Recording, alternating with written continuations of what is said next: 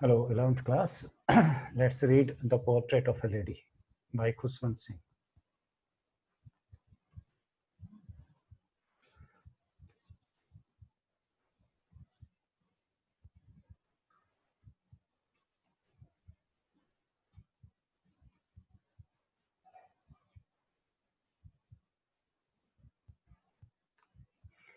क्या कहता है? My grandmother, like everybody's grandmother, मेरी दादी अन्य सभी की दादियों की तरह was an old woman, एक बूढ़ी औरत थी. She had been old and wrinkled for the 20 years that I had known her. पिछले 20 सालों से जब से मैं उसे जानता था, वो इतनी ही बूढ़ी और झुर्रियों वाली स्त्री थी. People said that she had once been young. लोग कहते थे कि तुम्हारी दादी बहुत युवा और सुंदर थी and had even had a husband. यहाँ तक कि उसका एक पति भी था. But that was hard to believe. लेकिन मेरे लिए ये विश्वास करना बहुत मुश्किल था. Why? My grandfather's portrait hung above the mantelpiece in the drawing room. मेरे दादाजी की एक तस्वीर hung above the mantelpiece, bracket के स्लैब के ऊपर टंगी हुई थी ड्राइंग रूम में. He wore a big turban. उसने एक बड़ी सी पगड़ी पहनी थी and loose fitting clothes, और ढीले ढाले कपड़े. His long white beard, उसकी लंबी सफेद दाढ़ी covered the best part of his chest. उसकी छाती के ज्यादातर हिस्से को ढके थी. And he looked at least 100 years old. और वो कम से कम 100 साल के तो दिखाई देते थे, लगते थे. He did not look the sort of person who would have a wife or children. उसे देखकर नहीं लगता था कि इस आदमी की कभी कोई पत्नी या बच्चे रहे हों. He looked as if he could only have lots and lots of grandchildren. उसे देखकर तो यही लगता था कि जैसे उसके बहुत सारे पोते हों, पोतियां हों. As for my grandmother being young and pretty, जहाँ तक मेरी दादी के जवान और खूबसूरत होने की बात है, the thought was almost revolting. ये विचार ही मेरे मन को बिल्कुल एक्सेप्ट नहीं था. मेरा मन इसे स्वीकार करने को राजी नहीं था. रिवोल्ट करता था, विद्रोह कर रहा था मेरा मन कि नहीं, ऐसा नहीं हो सकता. She often told us of the games she used to play as a child. हालांकि दादी हमें अक्सर उन खेलों के बारे में बताती थी जो वो बचपन में जब छोटी थी तो खेला करती थी. That seemed quite absurd. उसकी ये बात हमें बहुत absurd लगती थी, बेहुदी लगती थी, बेमानी लगती थी. And undignified. मुझे ये भी लगता था कि ये दादी के लिए शोभा नहीं देता इस तरह से बच्चों के सामने झूठ बोलना. On her part, and we treated it like the fables of the prophets she used to tell us. इसलिए हम उसके बचपन के खेलों की कहानी को भी उन कहानियों की तरह ही लेते थे जो कि वो हमें प्रोफेट्स के बारे में, देवताओं के बारे में और दूसरे प्राचीन नायकों के बारे में सुनाया करती थी. परियों की कहानियों की तरह लगती थी हमें दादी की वो कहानियां भी जो वो अपने बचपन के संबंध में हमें सुनाती थी. She had always been short and fat and slightly bent. हमेशा से मैंने दादी को छोटे कद का, मोटा सा और हल्का सा झुका हुआ देखा था. Her face was a crisscross of wrinkles running from everywhere to everywhere. उसके चेहरे पर झुर्रियों का एक जाल बुना था, ताना बाना था, हर जगह से शुरू होकर हर तरफ जैसे झुर्रियां जा रही हों, wrinkles जा रही हों. No, we were certain she had always been as we had known her. इसलिए हम सब भाइयों को, सब दोस्तों को यही लगता था कि दादी हमेशा से ही ऐसी रही होगी. so terribly old that she could not have grown older. इतनी बूढ़ी थी दादी कि उससे ज्यादा और बूढ़ी नहीं हो सकती थी. And had stayed at the same age for 20 years. और पिछले 20 सालों से जैसे उसकी उम्र ठहरी हुई थी. She could never have been pretty. ऐसी स्त्री कैसे युवा और खूबसूरत हो सकती है, सुंदर हो सकती है.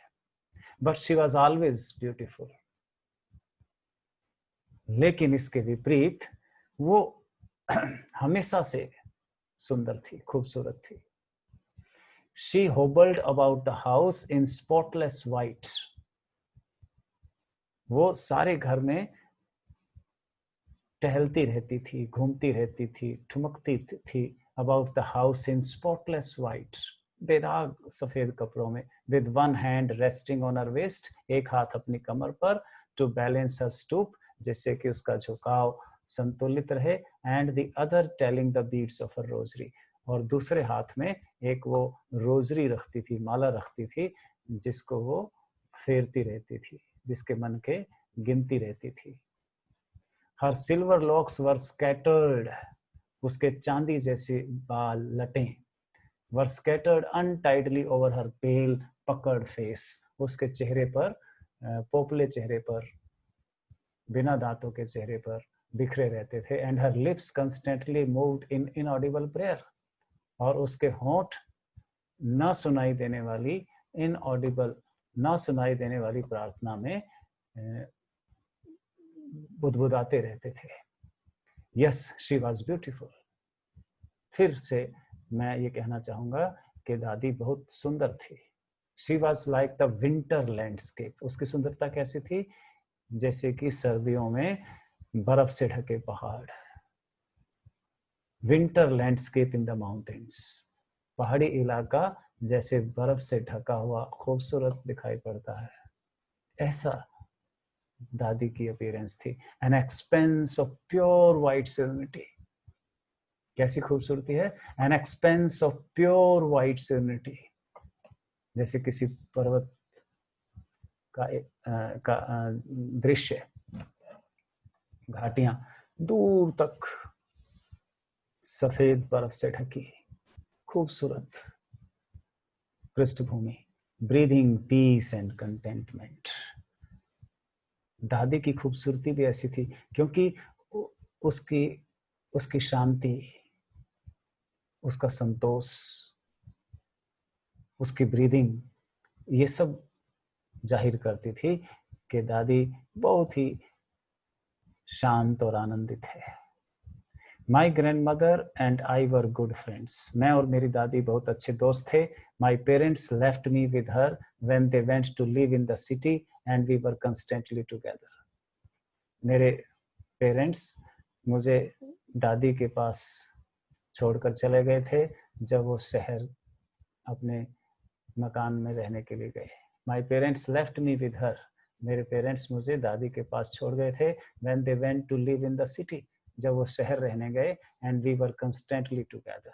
इसलिए हमें लगातार, constantly, लगातार इकट्ठे रहने का अवसर मिला. She used to wake me up in the morning. वो सुबह मुझे उठाया करती थी, जगाया करती थी. And get me ready for school. और मुझे स्कूल के लिए तैयार करती थी. She said her morning prayer in a monotonous sing song. वो एक नीरस सा, monotonous, एक रस, नीरस, एक रस सिंग सॉन्ग, एक रस नीरस सी प्रार्थना गाती थी. While she bathed and dressed me. मुझे नहलाते हुए, bathed and कपड़े पहनाते हुए. In the hope, कि इस उम्मीद में that I would listen and get to know it by heart. कि मैं सुनूंगा और मुझे याद हो जाएगी. I listened because I loved her voice. मैं सुनता था क्योंकि दादी की आवाज प्यारी थी. But never bothered to learn it. लेकिन उसे याद करने की मैंने कभी परवाह नहीं की. कभी उस प्रार्थना को, जो कि मुझे नीरस लगती थी, याद करने की मैंने कोशिश नहीं की. Then she would fetch my wooden slate. फिर वो मेरी तख्ती, लकड़ी की स्लेट लेके आती थी, which she had already washed. जिसे कि वो पहले ही वॉश करके धो के पोंछ के रखती थी, and plastered with yellow chalk, और उस पर मुल्तानी मिट्टी का प्लास्टर करके रखती थी। A tiny earthen ink pot, एक छोटी सी मिट्टी की दवात एंड ए रेड पेन, और एक कलम लाल। Tie them all in a bundle, उस सब को एक बंडल में बांधती थी, and hand it to me, और मुझे दे देती थी। After a breakfast of a thick stale chapati, और एक मोटी बासी चपाती का ब्रेकफास्ट करके, जिसे कि मैं लिटिल बटर, थोड़े से मक्खन एंड शुगर और चीनी के साथ खाता था। वी वेंट टू स्कूल, हम स्कूल जाते थे। We means both the grandmother and Khuswant Singh, the author. She carried several stale chapatis with her for the village dogs. कई सारी वो बासी चपाती गांव के आवारा कुत्तों के लिए लेकर चलती थी। My grandmother always went to school with me because the school was attached to the temple. मेरी दादी हर रोज मेरे साथ स्कूल जाती थी क्योंकि स्कूल मंदिर के साथ ही था। The priest taught me the alphabet. मंदिर का पुजारी ही मुझे अल्फाबेट वर्णमाला सिखाता था, and the morning prayer, और सुबह की प्रार्थना।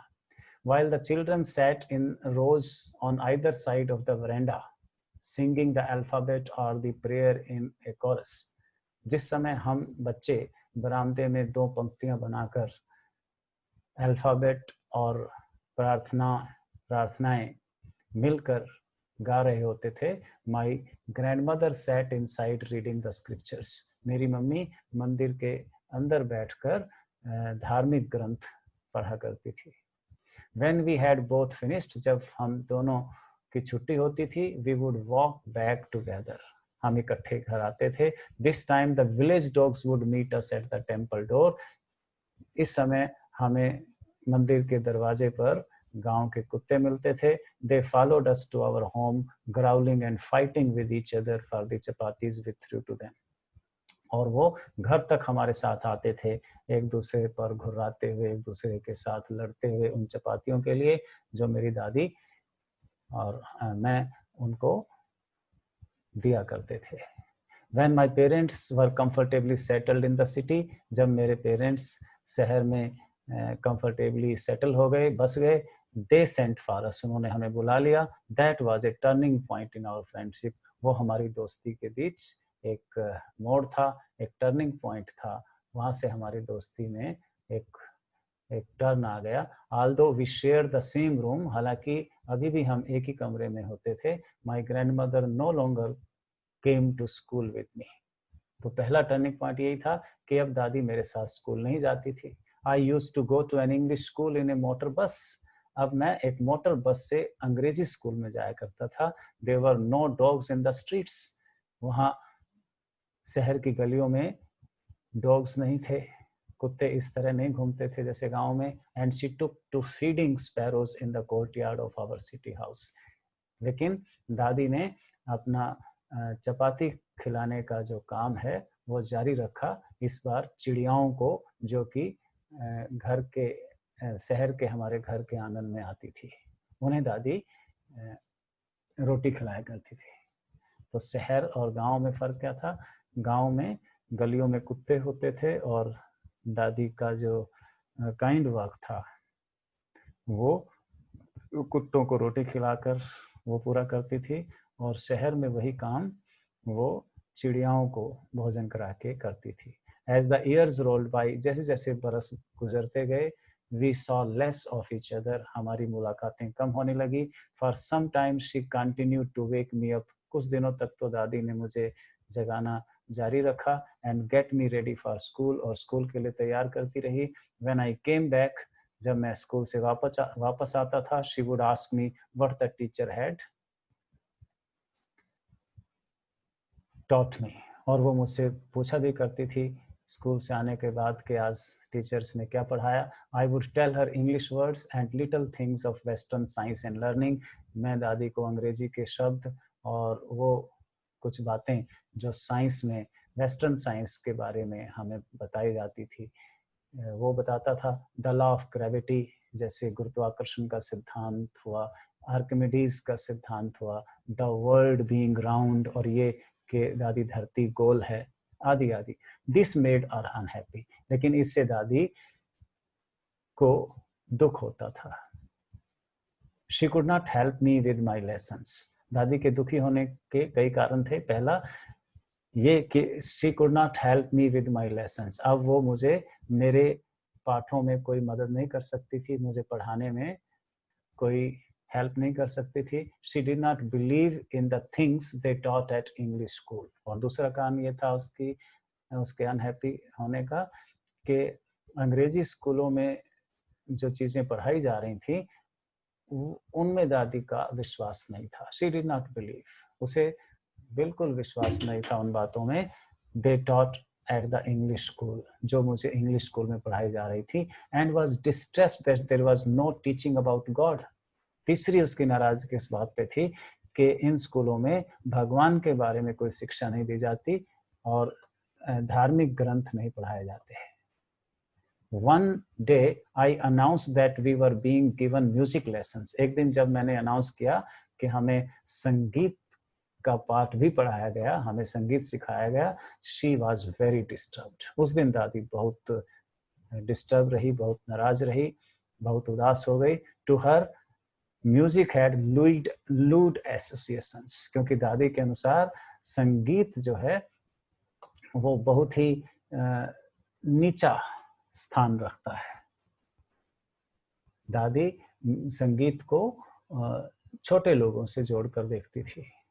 It was the monopoly of harlots and beggars, उनका सोचना था कि संगीत तो बेघर लोगों का, भिखारियों का काम है, and not meant for gentle folk, अच्छे घर के लोगों के लिए, सभ्य लोगों के लिए म्यूजिक का बजाना, म्यूजिक सुनना अच्छी चीज नहीं है। She said nothing but her silence meant disapproval, हालांकि उसने कुछ प्रतिक्रिया नहीं की, बोली कुछ नहीं, लेकिन उसकी चुप्पी ही ये बता रही थी कि दादी को ये बात पसंद नहीं है। She rarely talks to me after that, उस दिन के बाद तो कभी कभार ही दादी मुझसे बात करती थी। आज इतना ही, कल फिर पढ़ते हैं।